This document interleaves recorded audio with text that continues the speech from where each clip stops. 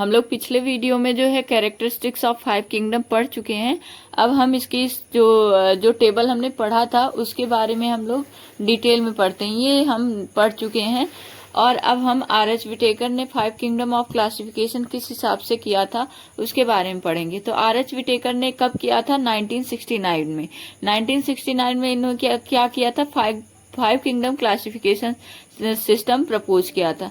इन्होंने क्या कहा था? The kingdom defined by him, जो इनके द्वारा नाम दिए गए थे किंगडम के, वो क्या थे? मोनेरा, प्रोटिस्टा, फंजाई, प्लांटी और एनिमिलिया। कौन कौन से थे? मोनेरा, प्रोटिस्टा, फंजाई, प्लांटी और एनिमिलिया।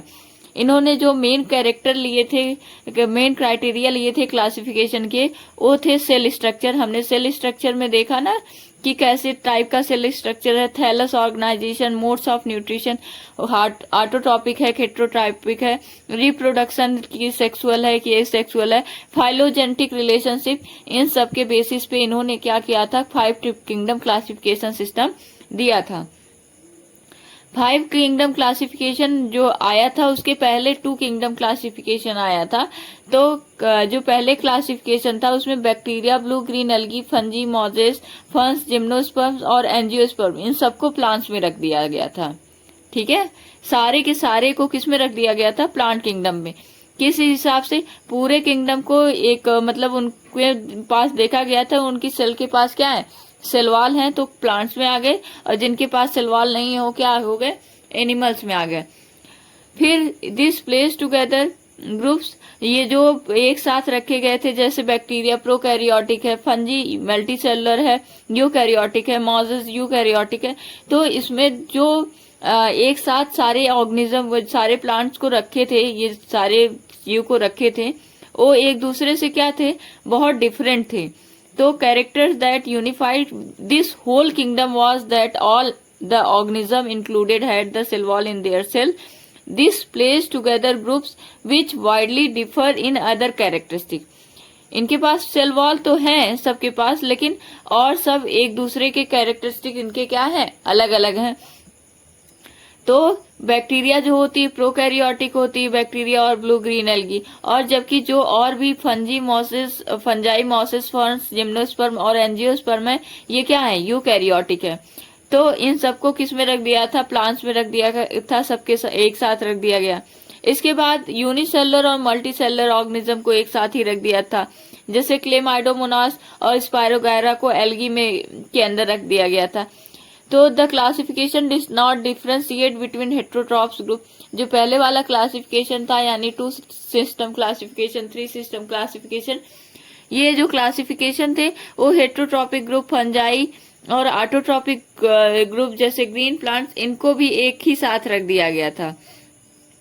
इन सब के पास सेलवाल होती है, तो इसलिए उनके कंपोजिशन के हिसाब से उनको सब में रख दिया गया था। लेकिन जो सेलवाल होती है सब में अलग अलग होती है। जैसे फंजाई की जो सेलवाल होती है वो काइटिन की बनी होती है, और ग्रीन प्लांट की जो सेलवाल होती है वो किसकी बनी होती है?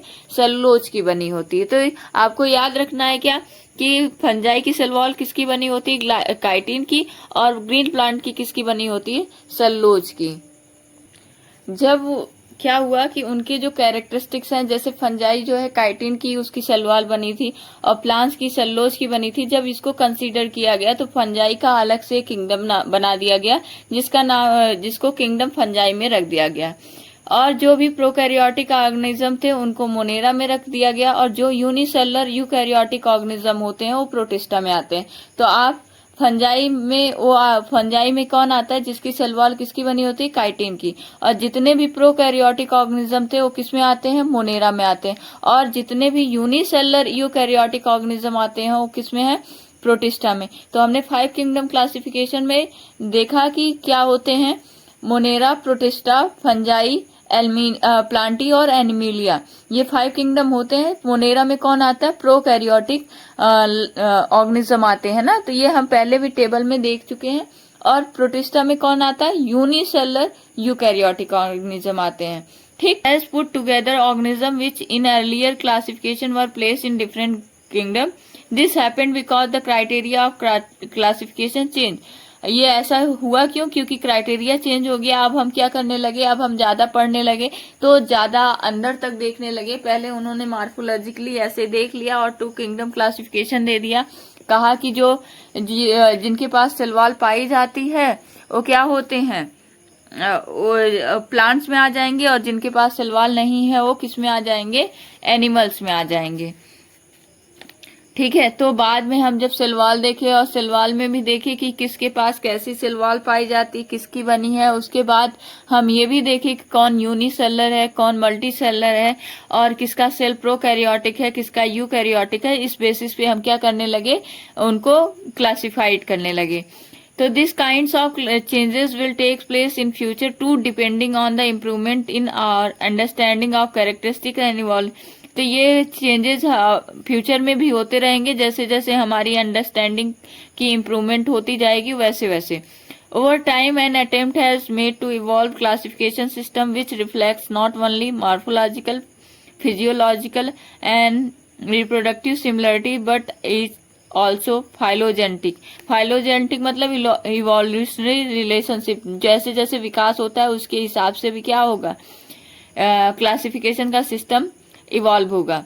इस चैप्टर में हम मोनेरा, प्रोटिस्टा, फंजाई के विटेकर सिस्टम ऑफ क्लासिफिकेशन के हिसाब से इन सब के बारे में बात करेंगे, और किंगडम प्लांटी और एनिमेलिया को हम अगले चैप्टर में, 3rd और 4th चैप्टर में पढ़ेंगे। तो अब अगला जो हमारा टॉपिक आने